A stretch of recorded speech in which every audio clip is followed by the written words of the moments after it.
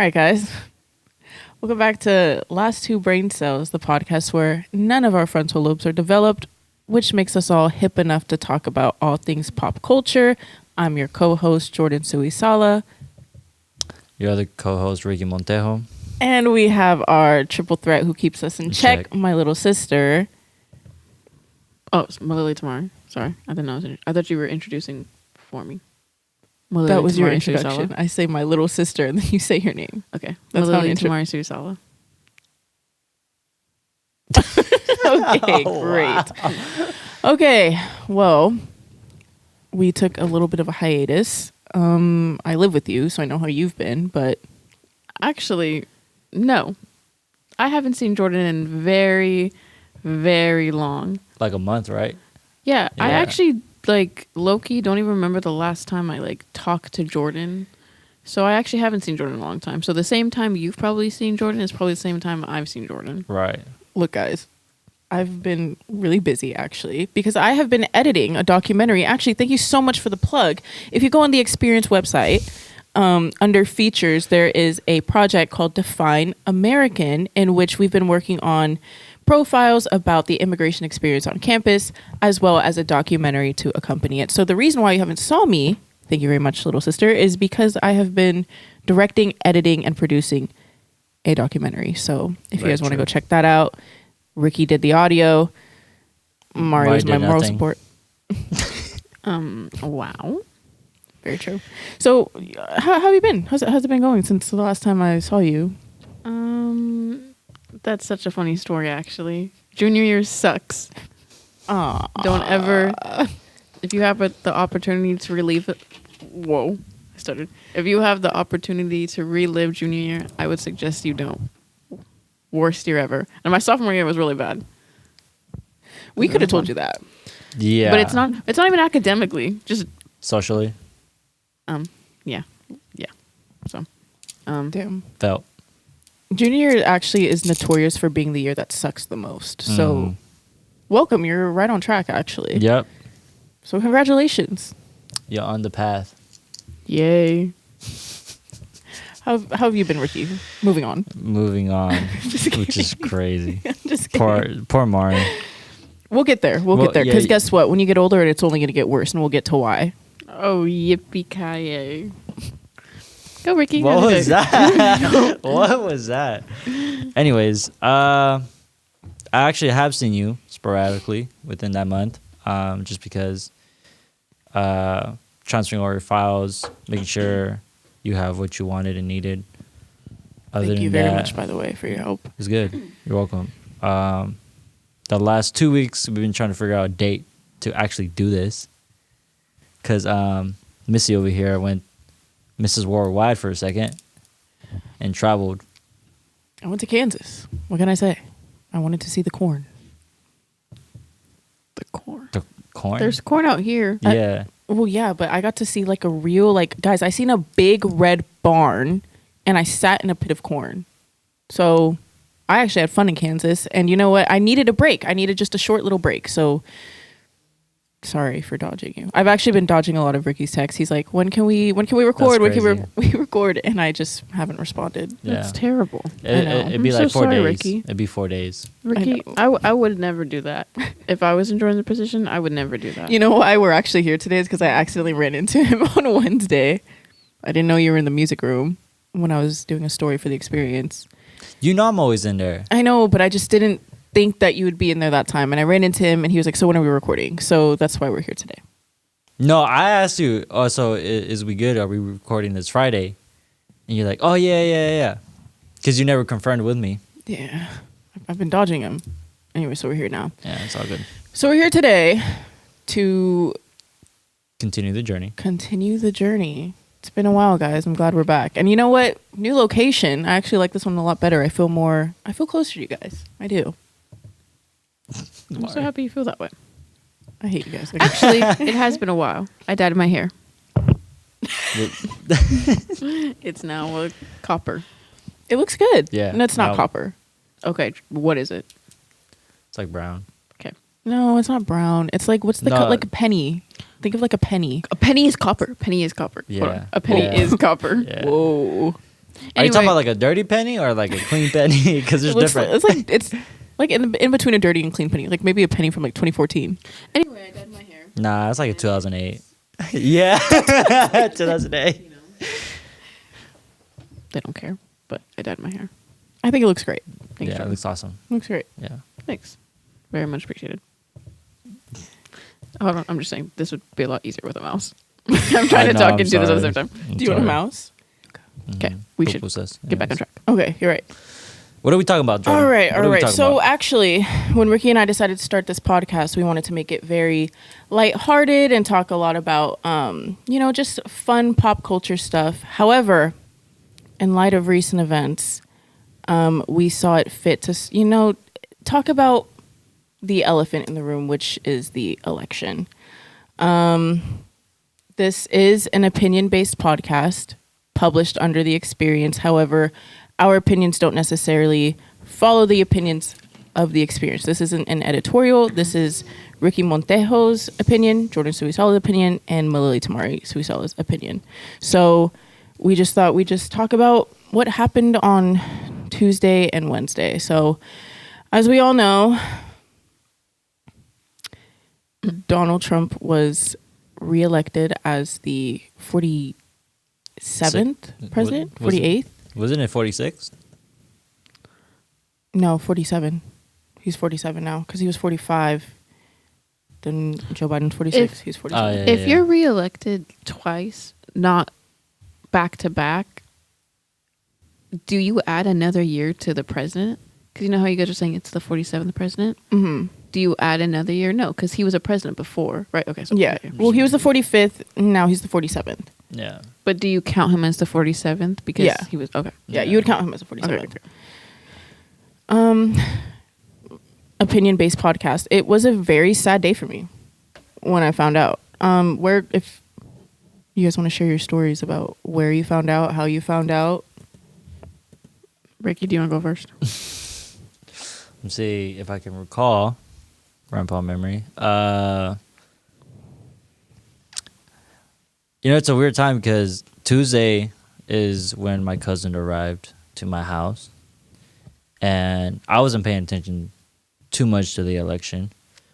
I would check in how many points he was gaining. I think it was 270 that he needed to win, right? I think I checked that where he was at 240.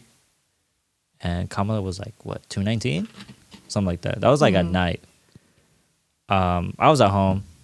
I didn't really follow it much just because, again, I've been expecting my cousin. I've been doing other things outside of the podcast as well at the school and then career-wise.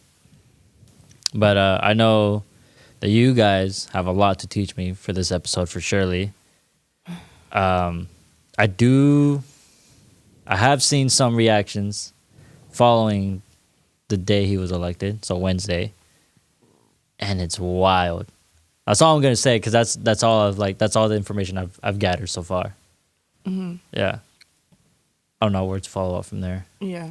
No, I just wanted to know, like, where were you? Mhm. Like, this is a very monumental moment in our history, so I think it constitutes for a where were you when type of story. And so for you who is still in high school, like, where were you? Yeah. I actually was in bed. I woke up in the morning. I did my daily social, when you wake up in the morning and you have your like little social media thing. And I saw on Instagram someone reposted in big letters, Donald Trump elected. And I thought it was a joke because algorithm is very real on social media because my algorithm did not make it seem like he was going to win. I thought it was like a walk in the park. Is that the right term? Walk in the park? Yeah. Yeah, something like that. Yeah. Yeah. You straight. Whatever. I thought it was like a walk in the park, like Kamala was going to win. So when I saw it, I was like, oh, that's a funny joke. I also didn't know the what's it called? The results happened that quickly. But yeah, so I saw it. He got elected, and then I thought it was a joke. So then I texted my parents. I have a group chat with just my parents, when I want to go out and stuff. And I texted them. I said something about like, guys, is Donald Trump our president or am I tripping? I was like, am I tweaking? And my mom goes, sadly, yeah. So that's actually where I was. Damn. Where were you at? You know what? It's funny you say that you didn't know that it happened that quick because I don't feel like it usually does. And I think that's what was kind of fishy about it and why everybody's just kind of in an uproar right now is because it happened so quickly, literally overnight, literally. And so I think I'd woken up around like 2 a.m. or something. And I was, you were up in the middle of the night. I look at my phone and my heart dropped. I was like, no way. And it wasn't like official yet because they didn't like officially count all the ballots, but he had already surpassed 270. Yeah, it was like. So it was like projected that he won. And so everybody was like, hold out hope. Like, it's okay. There's some ballots that still haven't been counted, but he had already Past the mark. And I had work at 6:30 the next morning. By 6:30, it was I was already booming. it was like in the 290s. So there was no way. And so I was at work that morning, and I work at a coffee shop. It was dead all day long. I probably had maybe like 10 customers in my like 5-hour shift. And like I had my iPad, I had my laptop, and I had my phone, and I had all the news channels. I was just trying to keep up. I was like, maybe there's a chance.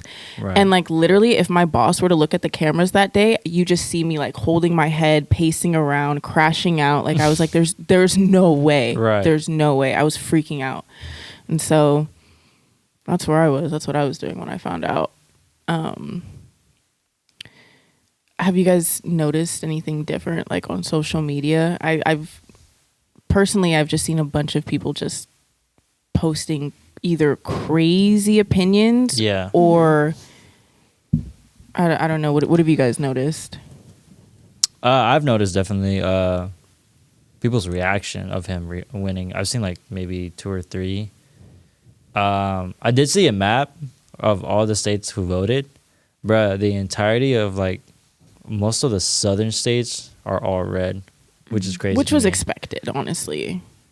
Yeah, but still, just to see it. It's just to see Yeah. it. It's just to see it. It's like, damn, Yeah. that's many. Yeah. It's super many. So that's just my part. I think that's what was sad to me is just I didn't expect that many people to vote for him. And maybe it was my algorithm. Like I only seen like Kamala's like campaigns. Mm-hmm. But like I just had so much hope in our generation, especially because this is the second year we were able to vote. Mm-hmm. People 4 years younger than us, this was their year to vote. And so it's like more people from our generation. And I think we're part of a really empathetic and progressive one. And it said a lot of males 18 to 29 were in that voting category.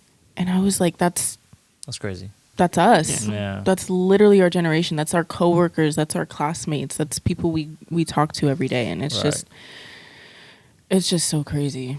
It's just so crazy. Do people post? I know you're kind of in a younger demographic, but like obviously like you are, associated with people who weren't allowed to vote yet. Right. Like, what did that look like? Yeah. It's kind of weird. No one really talks about it at my school, and not because I don't think people don't care. It's just like, how do you explain it? It's just like there's like nothing we can do about it, Like it kind of like So you just kind of accept defeat. Yeah, exactly. Yeah. It's kind of like I feel like if we were older, like because I know a lot of people don't agree with it at my school, especially where I go to school. But it's kind of one of those things like if we were able to invoke change, I think we would talk about it so much more. But because there's like nothing we can do about it, kind of like you said, Ricky, just like you kind of accept defeat. Yeah. I think for me, just noticing how many, because like we could vote now. And Right. so I've seen a lot of posts like of people saying like your vote shouldn't determine your relationships with people. What do you guys think about that?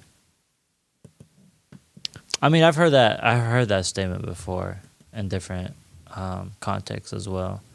I'm not even too sure. I'd say for as far as the extremists, I mean, yeah, obviously, but just the general just regular free thinkers of this nation is, for me, it seems kind of hard from my perspective. But again, if we're talking about all those people who did vote for him, I think they would definitely agree with that statement a lot more, or feel a certain amount of what's the word I'm looking for? But well, you know what I'm trying to say. Yeah, like empathy or like remorse or anything like that. I think for me that statement was crazy to me because It's Michael. oh hi Michael. We're just recording a podcast. I think for me that statement was crazy because it's not. I think they're missing the point. I don't think that it's just about like a political vote. I think it's about the essence of humanity. It's about your morals. Right. And if you're gonna choose to vote, Vanity Fair went crazy with this cover they did. It said if you choose to vote somebody with 34 felony counts, 1 conviction, 2 cases pending, 2 impeachments, 6 bankruptcies, and then it goes 4 more years, the 47th president of the United States. Like if you choose to vote somebody into office with that much on their record, you know, who openly speaks out against women, who openly speaks out against people of color and immigrants, you don't like me. Right. You have no business being a part of my inner circle, and I'll say that with my chest. I'm scared. I'm scared for my sister. I'm scared for my dad. I'm scared for my brother. I'm scared for my friends of color, people who are part of the LGBTQ community. And if you decided to vote for somebody who speaks out so openly against that, what business we don't have the same morals. We don't have the same anything. And so I went on Donald Trump's page. I don't even like saying his name. I went on his page, looked at all of our mutuals, and I was like, okay, like I see the people who've been silent about their stance, unfollow, not my friend. And now I know. I actually unfollowed a lot of people from who we had mutuals with. But that's School. I went to. Do I go there? That's we